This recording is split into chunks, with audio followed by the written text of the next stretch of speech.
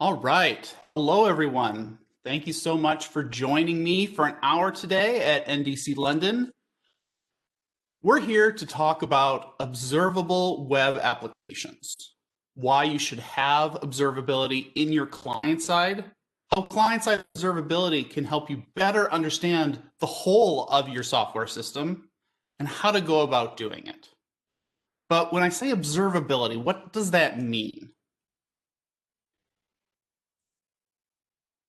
Well, I think observability is the ability to understand the state and behavior of a system without needing to stop it from running. So differs from debugging as in you don't need to turn it off and run it in debug mode and attach your tools to it in order to see what's happening.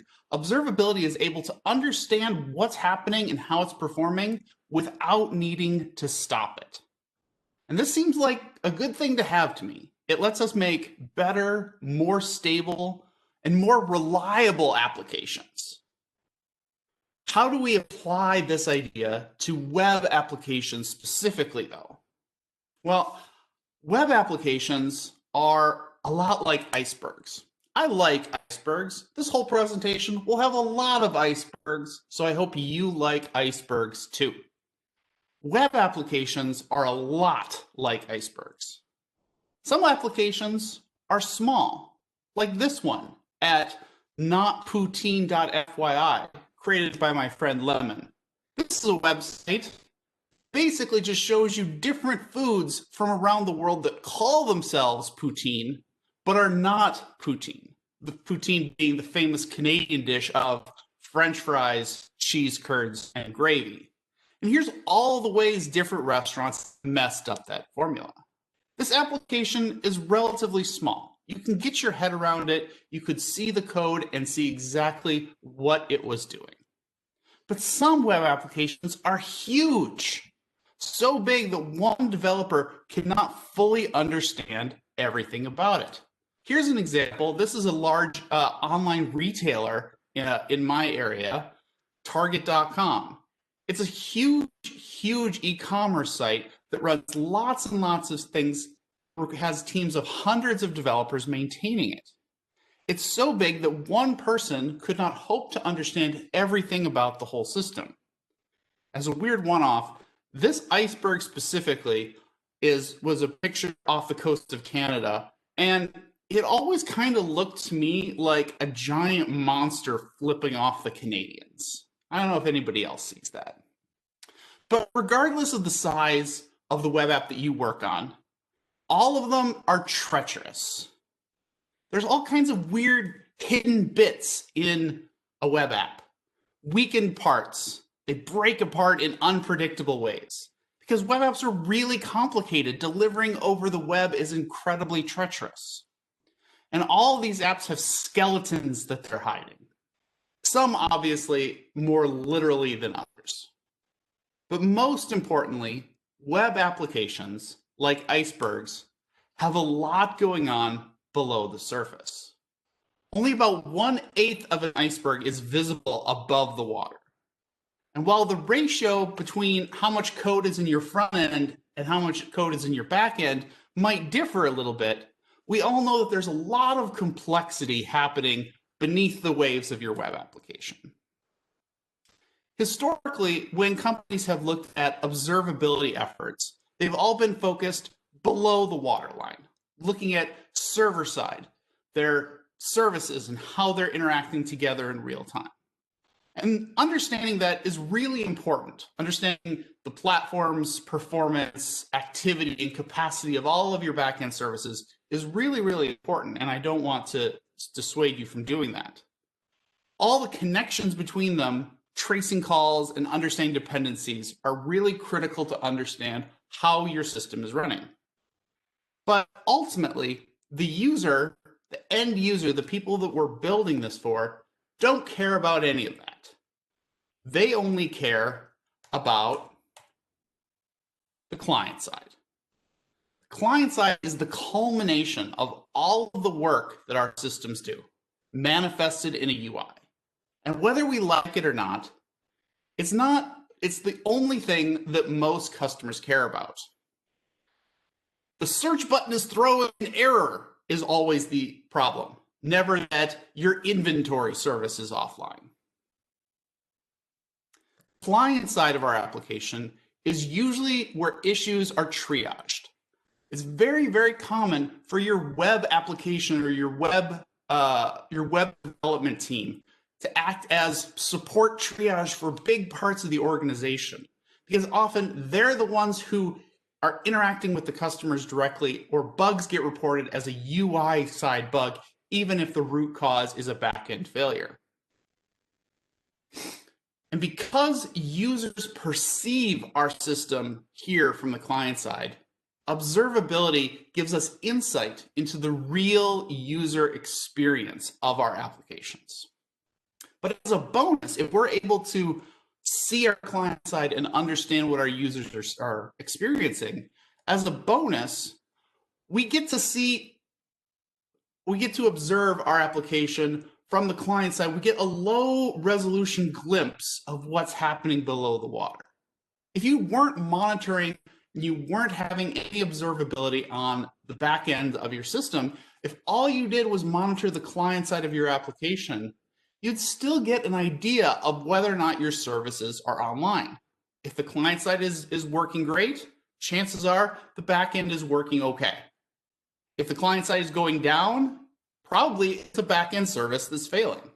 Server issues will manifest themselves in client side problems.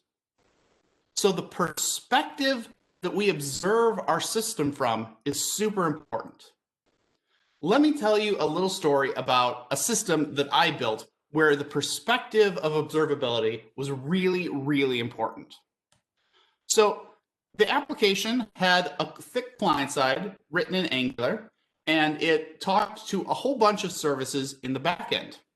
Well, we needed to make sure that our services stayed online. We were using a popular cloud provider, and there was all kinds of platform as a service, advantages that we were taking. But we wanted to make sure that all of these different services that we needed were all online. And so we wrote a little checker service that was part of it that would, run example transactions and call different things to make sure that everything was running. And we were pretty proud of that. I was pretty proud of that. I was like, oh, this is pretty cool. I like that a lot. Except we'd get into a situation where the checker was saying, hey, everything's great, nothing to worry about. But the clients were reporting errors, that something was down. The trouble with this is that because we wrote the checker inside that same bubble that our services ran in, that anything that happened on the edge of that network would still take down our services from the perspective of the client. So a DNS issue, an edge routing issue, a proxy issue would all take down our services and be totally blind to us. So we got a little smarter. We said, okay, well, maybe we shouldn't run the checker in the same cloud provider that we run our primary stuff in. Let's move it external. Let's move them to something else.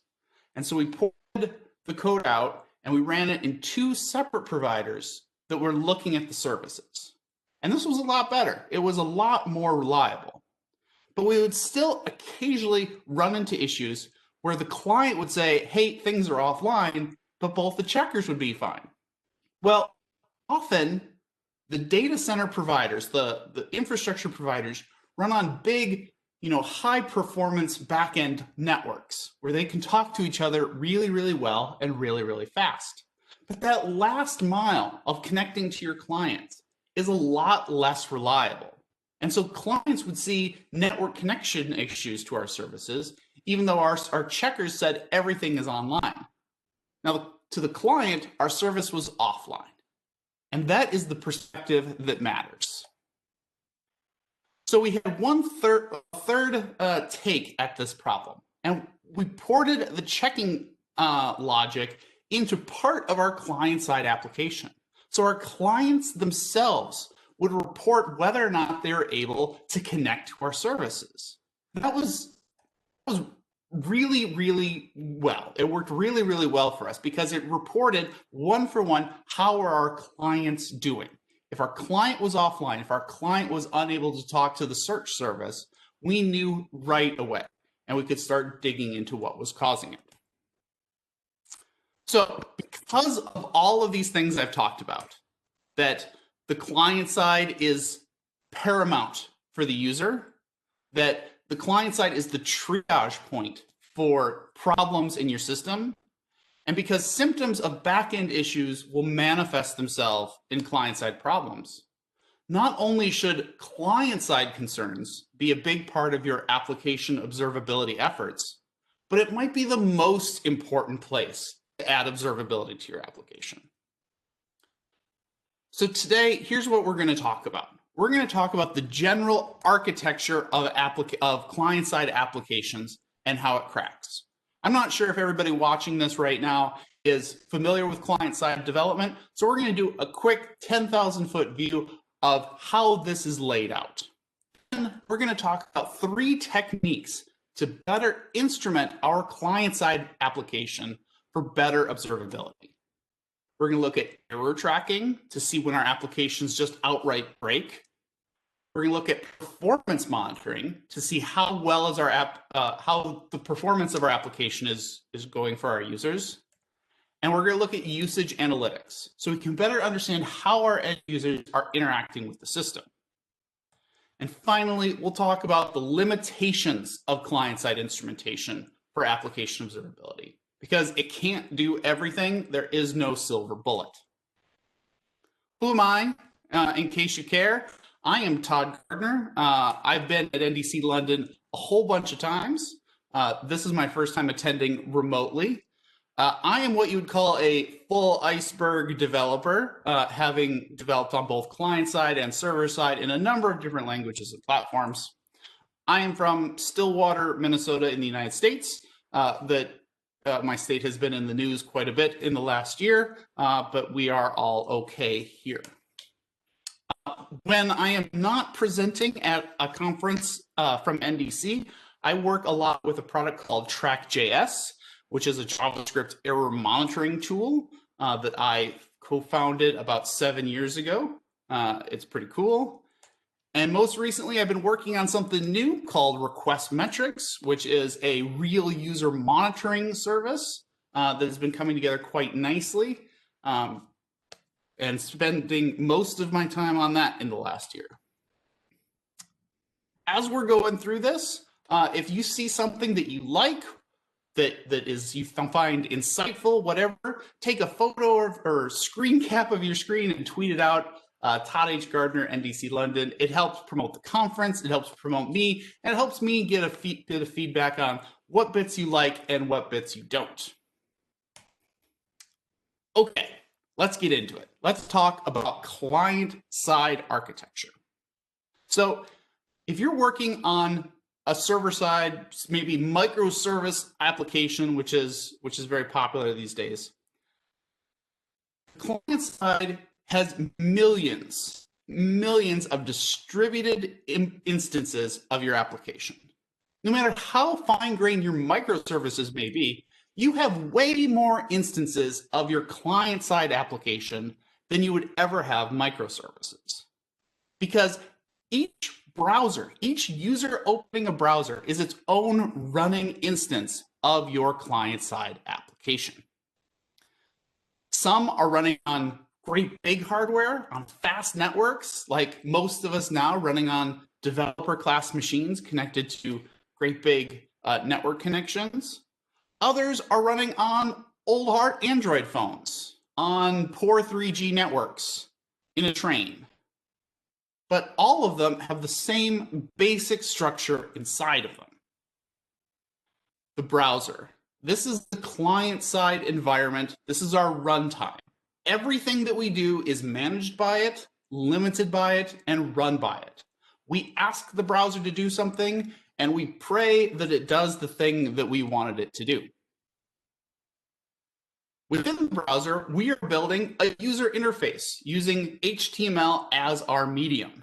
This is, most importantly, the browser is letting us render this thing.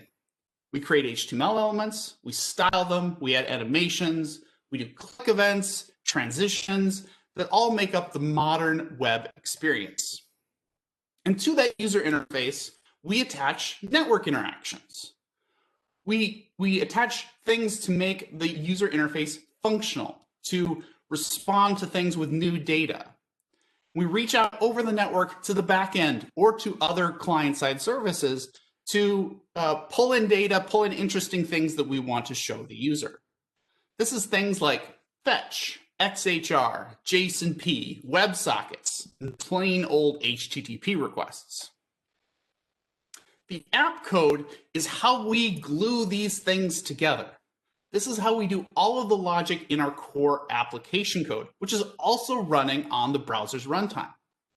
On a super basic level, this is just about gluing a user interface to network interactions, and vice versa.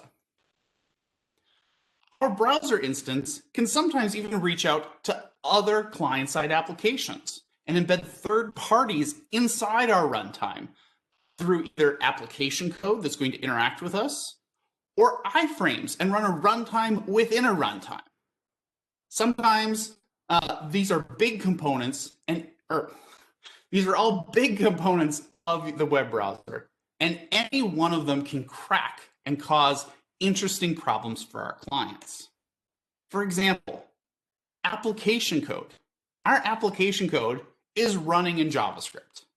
And JavaScript is not always the easiest language. JavaScript has some rough edges around asynchronous execution, functional context, and evolving syntax compatibility. Errors in our app code are inevitable, even for the most disciplined developers. There are going to be bugs that slip out into the system. Networks. The networks that we run on are volatile and sometimes manipulative and will change how things are running. Many end users connect through the networks and are slow and drop data. And it's not even all or nothing. Sometimes 2/3 of your network payloads will come through just fine, but one JavaScript file will fail, or one network request as part of your application will fail, leaving your application in a partially functional state. Third parties are going to update their code when you least expect it, probably. And when those integrations go down, when those third parties change something, does your app fall back gracefully? And users, huh? Software would be so much easier without the users. Users do unexpected things sometimes. Why would anybody click that element 17 times? Users will do things to your app that you never expected. And they might even manipulate their own experience by modifying their browser instance with automations and injected scripts and plugins and extensions that break your code. Sometimes browser bugs themselves happen.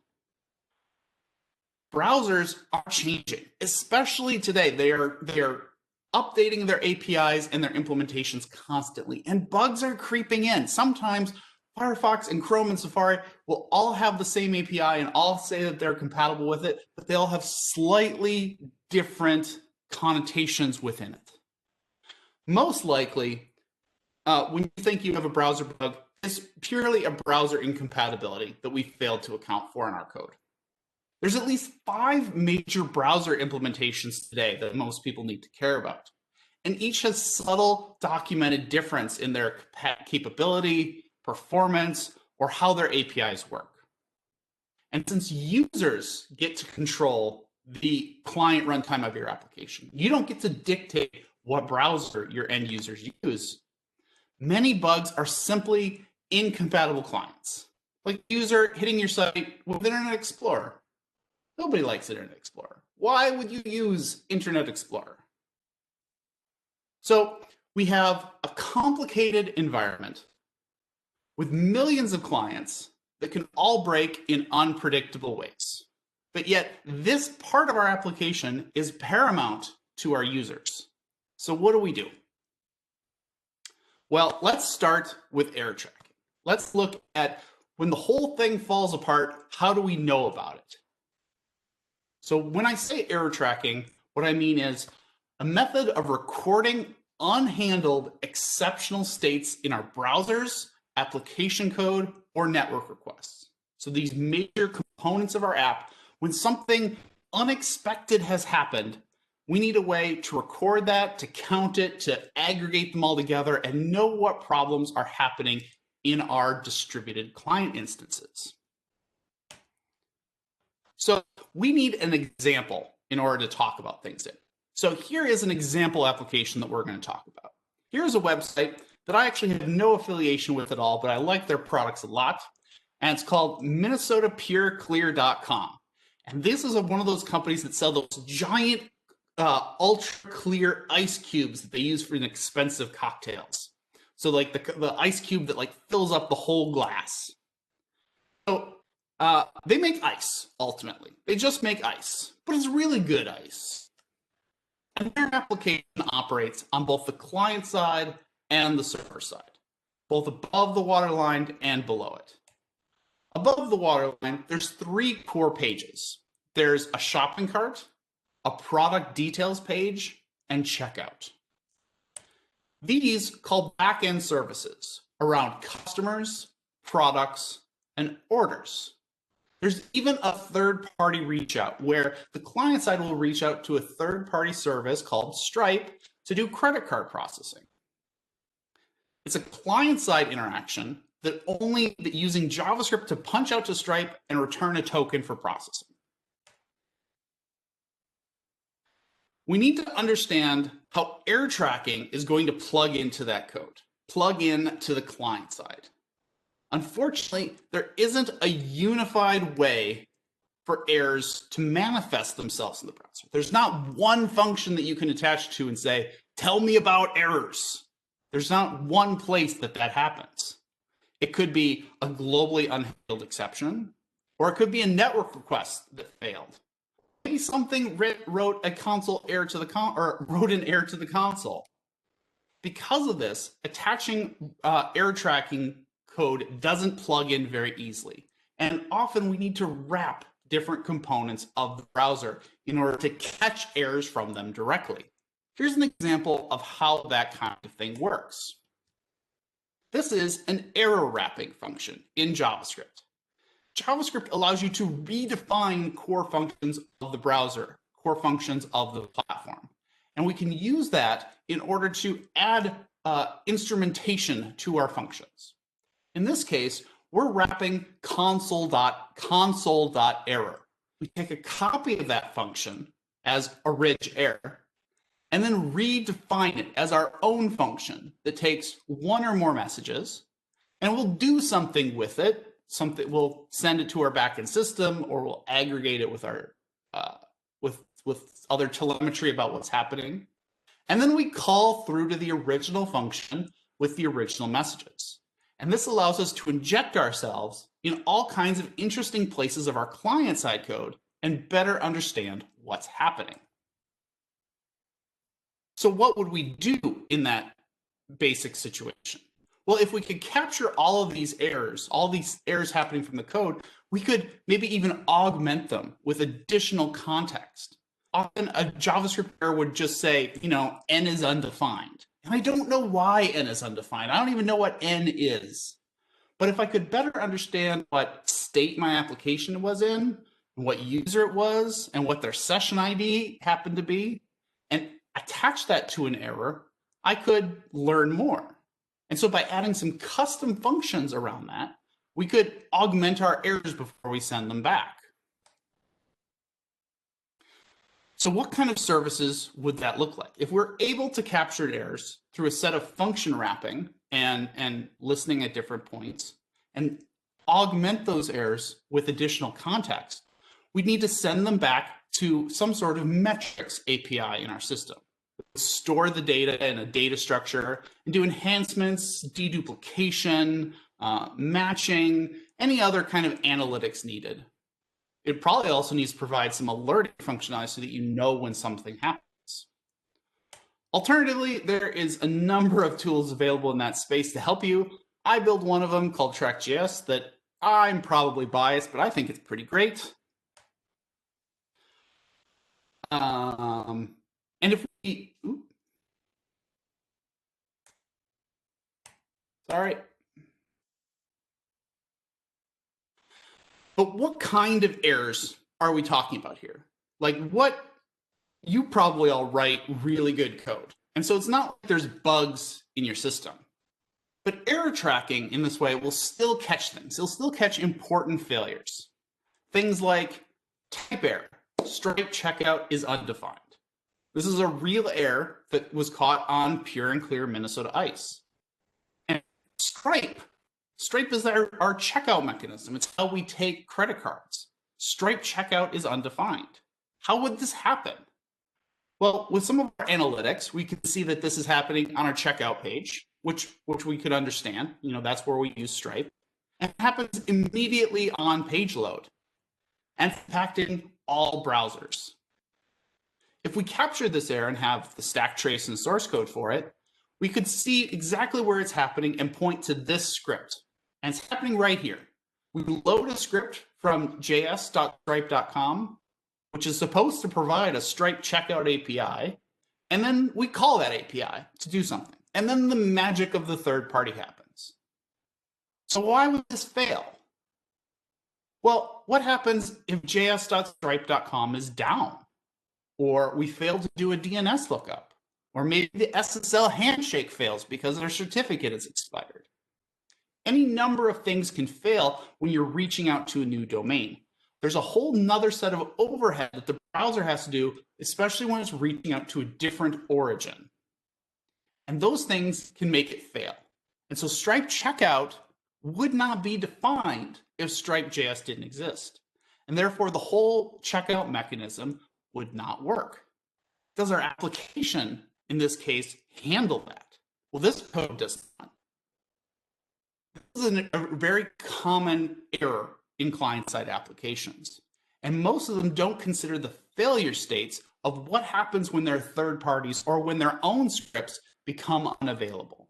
How do we fall back and don't show the user a checkout page that is broken? So this error impacted the checkout page and prevented some users from giving us money. Services, especially third-party services like Stripe, are never 100% reliable. And we found a bug here in our code that we didn't have a graceful fallback when Stripe was offline. Let's look at another example of an error to track. Unexpected token angle bracket. I bet many of you might have seen this error during your development. Minnesota Ice had this error on the shopping cart page. And the error tracking agent that they used showed them that this error would happen immediately after a network request to the customer's API. If we have the source code, we're able to track exactly what was happening. And we see it's part of this XHR request. We're setting up a new network transaction to go and send a request to /customers/me. And when that comes back, we parse the JSON to get our response object. But the error is being thrown immediately on JSON.parse. Why would JSON.parse explode with an unexpected token? Oftentimes, there are lots of layers in our system between the client and the server. Load balancers, proxy servers, gateways. If any of these services go offline or are misconfigured, they can sometimes return errors. And when they return errors, they often will return it in this form as a HTTP error page.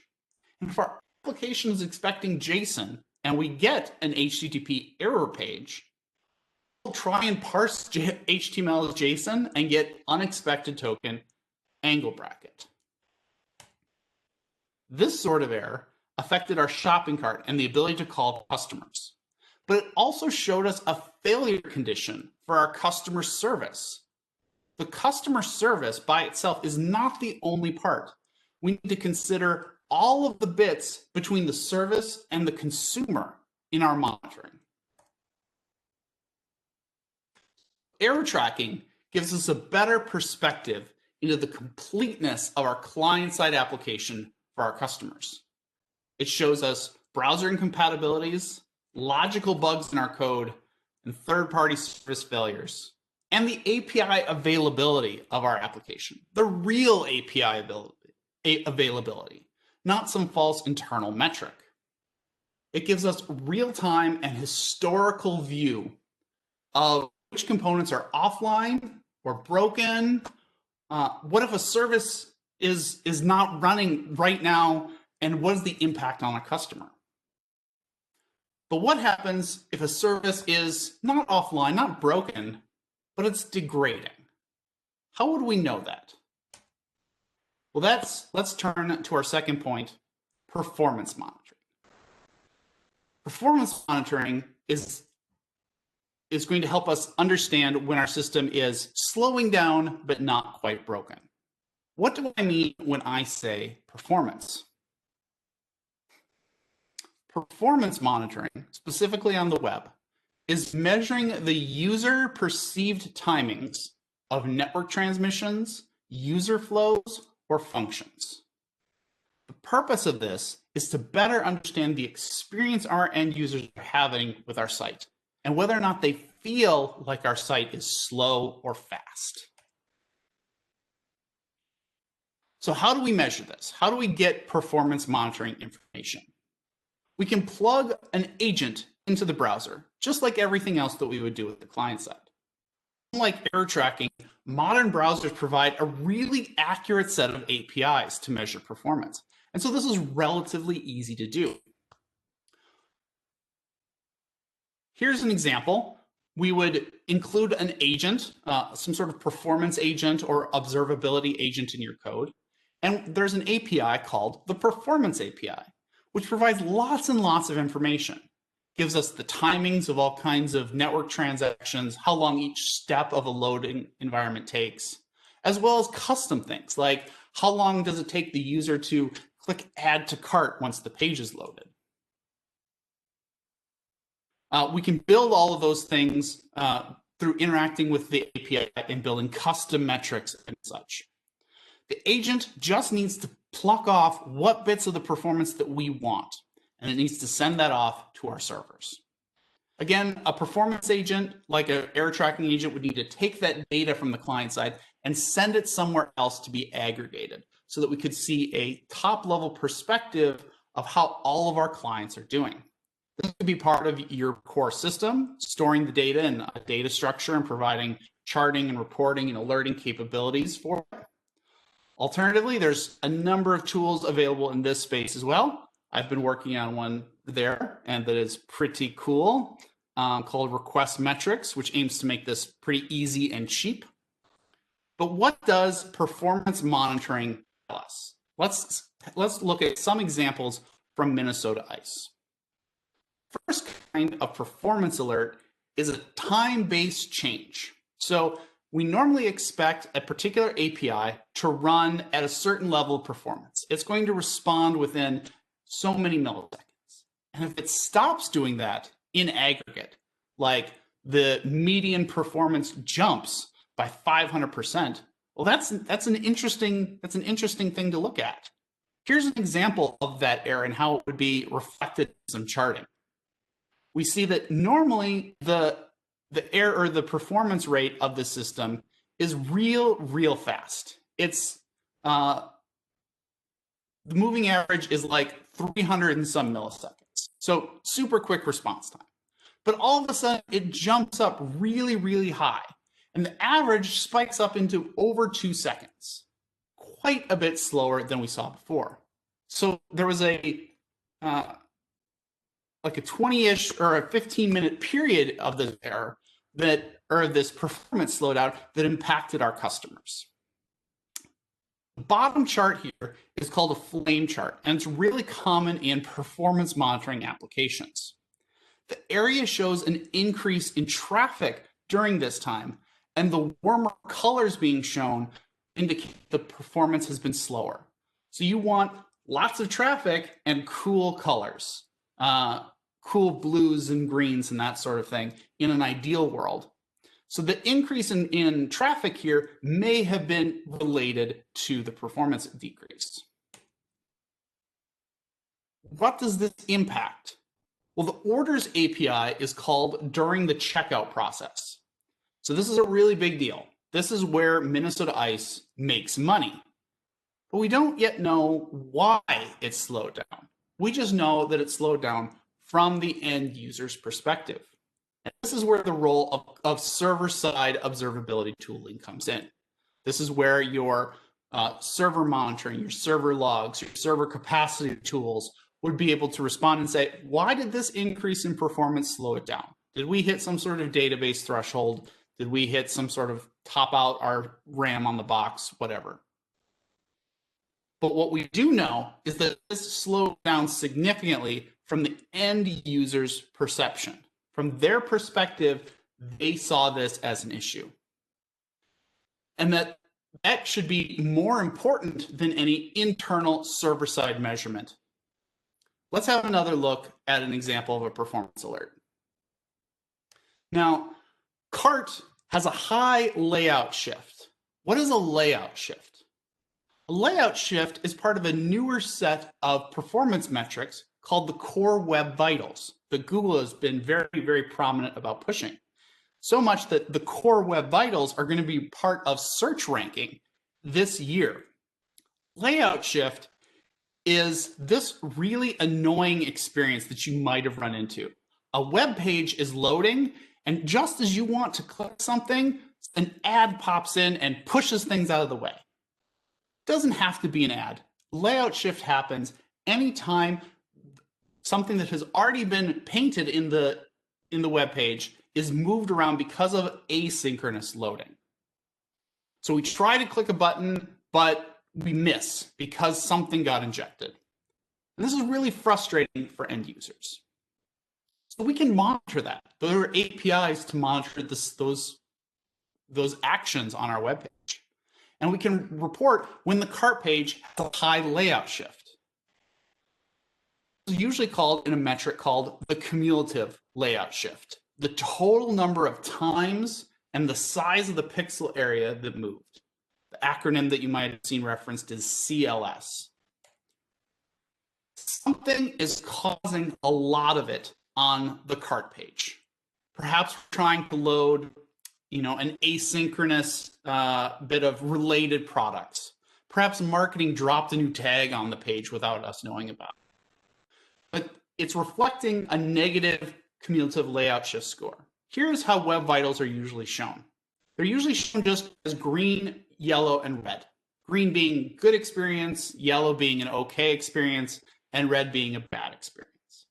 And usually what we're looking for is about the 75% mark.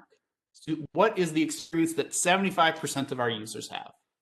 Unfortunately, in this case, it looks like the 75 mark is over the red threshold. Over 75% of our users are having a poor experience right now. So this is a situation that we should definitely look into and fix. Especially because I want to underline it, the Web Vitals are going to be part of your search ranking in the very near future. And so an e-commerce company like Minnesota Ice would be very, very tied to their search rankings. And if they lose search rankings, that's going to affect the bottom line of their business. Let's move on to the third part of this, usage analytics and how it ties to client-side observability. When we say usage analytics, you've probably heard that, maybe you've even used it. What I call this is measuring user traffic, movement, and actions through our web pages. It's a valuable insight for everyone, not just your marketing team, because it shows what your users are actually doing and how they're actually interacting with the things that we've built. Usage analytics doesn't really need anything too complicated from the browser. It's just some user code on when you want to mark an interesting action and how long it might have taken.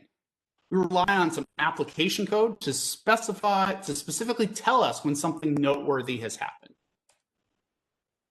Here's an example. It probably looks really similar to other analytics tools you've used. You pull in an agent, either an analytics agent or a general observability agent. And when you want to record something, you send an event, a custom event, a page view, a video watch, add to cart, and then whatever extra properties you want. It should look real familiar, especially if you use the popular tools like Google Analytics. Once we have that data, we need to funnel it off to our services again, because the data on the client side doesn't do us any good. We need to understand what our analytics are in aggregate, pulling it back to our system, putting it in a data structure, managing that data, etc. Alternatively, there's of course a number of third-party services that do this. Most famously, you've seen Google Analytics and their free product. There's a privacy-focused one called Fathom that's really good. And recently, Cloudflare has announced a new privacy-focused analytics tool as part of their suite of tools, but it's pretty basic. But for a lot of websites, it would be sufficient. There's thousands and thousands more, so I might have excluded your favorite analytics tool, but there's lots and lots of options there. But why should you do this? What observability questions does analytics answer for us? Ultimately, what analytics is answering for us is whether or not a change has been acceptable. If we've fixed a bug, or we've improved performance, or we've changed a feature, is that a good thing? Did we do a good job? Did we accomplish our goal and the goals of our end users? When something changes in our system, it's analytics that can tell us whether or not we were successful. So analytics tells us this with a concept called funnels. A funnel is the concept that we use to look at our analytics data. Let's look at an example. So at the top, we have our traffic, all the people who visit our account. And we consider those the people coming in to our funnel. We define the start of this funnel event, like landing on our page. They landed on the front page of Minnesota Ice. And we measure all of the traffic that starts. The funnel itself is one or more events that we want the user to complete as part of their visit. We want them to go to their shopping cart page. We want them to go to the product page. We want to add something to their cart, and we want them to check out. Some of the users will do those things, and those are completions. Somebody successfully completed the funnel. Other people won't finish everything, and those abandoned out.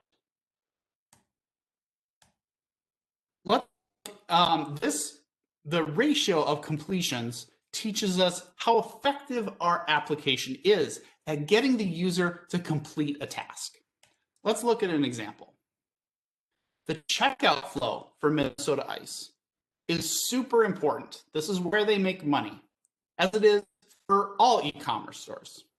And it's comprised of a checkout page, a third-party integration with Stripe, and a server-side interaction with the orders service. Let's look at some analytics to see how well this is working. We define our funnel as all of the traffic that lands on the checkout page. There could be other steps in this funnel, such as entering a payment method, providing a shipping address, or selecting the shipping method. Today on Minnesota Ice, about 25% of users complete this funnel, purchasing their cart, which is a little bit better than the average for the market that they play in. The rest of the users in their shopping cart, for whatever reason, they decide they want cheap, crappy ice and don't complete. So that's pretty good. That's a pretty good baseline for what things should be. But what if it changes? What if we want to change things around? Well, earlier we saw there was a performance problem with our orders API. That normally that API returns in about 300 milliseconds. And we saw that orders endpoint started slowing down significantly, sometimes 1,000 milliseconds or worse. The UI throughout this seemed okay. Things worked, but they were slower. Is it okay? Like, do we need to task our developers with understanding and fixing that performance problem? Or is it just okay and the user won't mind? The usage analytics funnel can answer that for us. So the orders API also changed the funnel. during the time that the performance API changed, we can look and see at our funnel and see if there's any correlation. And in fact, in this case, there was. That the purchases, the completions of our funnel went from 25% down to 12% at this time. We don't know that these are tied. We know that these are correlated. And as I'm sure we're all sick of hearing, correlation does not equal causation. We don't know what caused this drop off. It could be market factors. It could be it was really cold that day and nobody really wants to buy ice. It could be any number of things. But we do know that at the same time the performance slowed down, the purchases fell off. If this was my money and I was making the decisions, I think I'd call that 1,000 millisecond response time unacceptable for my users and start reviewing those changes and figure out how to fix that. Okay, we've talked about error tracking, performance monitoring, and usage analytics. Let's look at some limitations here. Even if we added all three of these concepts to our system, we still wouldn't know everything about it. We would know most things. We would have a much better handle on end user experience, but there's some things that client-side observability can't do. First limitation, if there is no traffic, you won't know anything. Sometimes applications are very cyclical, and you might have weekends when literally nobody is on the system. You might have a holiday, nobody's on the system. You might be just launching and there's nobody online yet. If you don't have any clients, you have nothing to observe. And so you don't get any perspective into whether your server-side system is operating correctly if there are no clients. Arguably, though, whether your server-side system is operating is probably a little less important if you don't have any clients. But an absence of traffic does not tell you that the system is online. You'd have to have some other way of knowing that. The second limitation, and probably the worst in my opinion, is the client-side information is really, really noisy. Because you have millions of distributed instances, your error data, your performance data, and your analytics data is going to come in and it's going to have lots and lots of noise in it. You're going to have a bunch of users who are having good experiences. You're going to have a few people who accessed your system from outer Mongolia on a 10-year-old Android phone and nothing is going well for them. You're going to have a huge range of people interacting, and you need to sort through that noise to figure out what the signal is. There's a bunch of statistical tooling and charting modeling that we can use to understand this, but it does have a certain amount of mental overhead in order to look at this data and understand what it means. Third-party tools can help here a lot, but there's only so much we can do. Limitation number 3, data privacy. We're collecting a lot of data from the client side as part of observability efforts. That client-side data is often end-user data. It is information about the user and their browser and what they're clicking on and how fast their system is and where they're located and that sort of thing. And so this needs to be balanced against data privacy. End user has an expectation of privacy that we do not want to violate. This is especially important today with the rise of legislation such as the GDPR and the Californian CCPA and many others around the world. But we need to be very careful not to capture personally identifiable data about end users. Limitation number 4, networks and geography. Sometimes you'll have a bunch of really slow clients due to external factors that are totally beyond your control. If your website doesn't cater to an audience of people in Siberia, a bunch of traffic from Siberia can create all kinds of trouble for your performance expectations. You might get a whole bunch of traffic and skew your averages and your medians to be way slower than they would be, but it's really just a bunch of people or a bunch of bots that you don't really care about. This is a big part of the noise problem. Traceability. Traceability is a really important concept in most observability conversations. And the client side doesn't really give you a very good perspective in that. If you have a deep set of microservices that call each other, a really valuable tool for you is to understand how one service calls another and to pass that traceability, that string of traceability through on those calls. Obviously, the client side can't really show you all of that. You probably do not want to reveal all of that to your client side to monitor. It is just a shell on the top. If you have a complex backend system, you probably still want to have an observability and traceability effort below the water. Let's recap. Today, we talked about client-side observability and how it gives you an end-user-centric perspective into how your application is operating. I'm arguing that is, in fact, the most important part of any observability effort in your company because it reflects what the user actually cares about. We talked about error tracking as a way to understand the exceptional states that happen in your client side caused by service failures or compatibility issues. We talked about performance monitoring to understand how your services might degrade or how the structure of your system might cause frustrating experiences. And we talked about analytics to understand whether our performance and errors and features are actually doing good things for the user.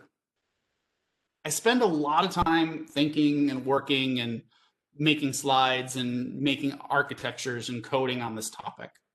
Most of my ideas on this are codified in a couple of the things that I work on. Most of my ideas around error tracking are in Track.js, where we try and solve a bunch of noise problems. We capture things like the browsers, the pages, users affected, inline code references, and telemetry about like, how did the user get to this error? And most recently in request metrics, where we're trying to solve noise and distribution problems to give you a better, simpler perspective on how end users are experiencing the performance of your site.